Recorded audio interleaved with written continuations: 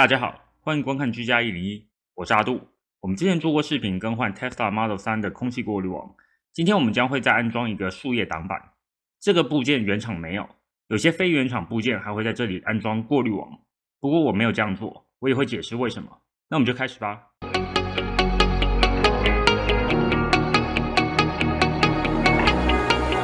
首先我们来看看安装树叶挡板的地方，还有为什么需要树叶挡板。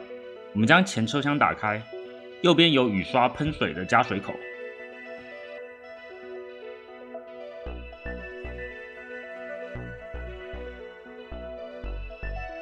这下面的塑料板可以直接拆下来。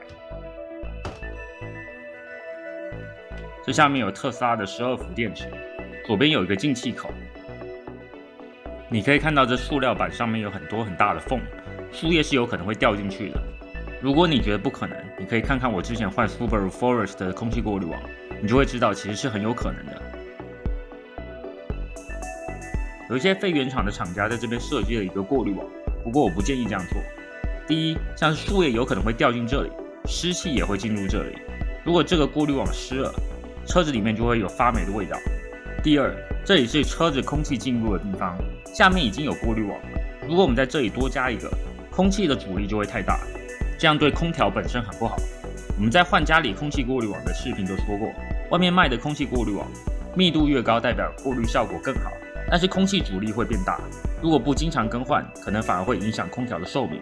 因为这些原因，我们将会只安装树叶挡板，这样可以避免树叶掉进去，但是不会有我们之前说过2种问题。我们把树叶挡板拆开，它其实就只是一片有洞的塑料片，然后在周围有一圈双面胶。我们把特斯拉的前面打开，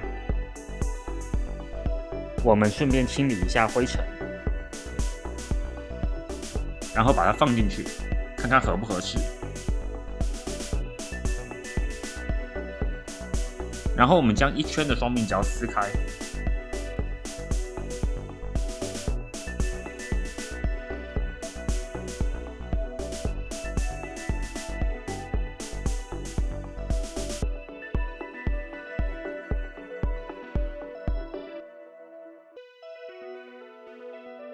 它安装说明说使用吹风机把这个双面胶吹一下，这样可以粘得比较好。不过我觉得其实并没有什么必要。最后把塑料盖装回去，然后关上前车厢，这样我们就完成啦。这样就不怕树叶会直接掉进去了。如果您觉得视频有帮助，请按赞、订阅并开启小铃铛，我会尽量更新各种居家建议，希望对大家有帮助。非常感谢，谢谢收看。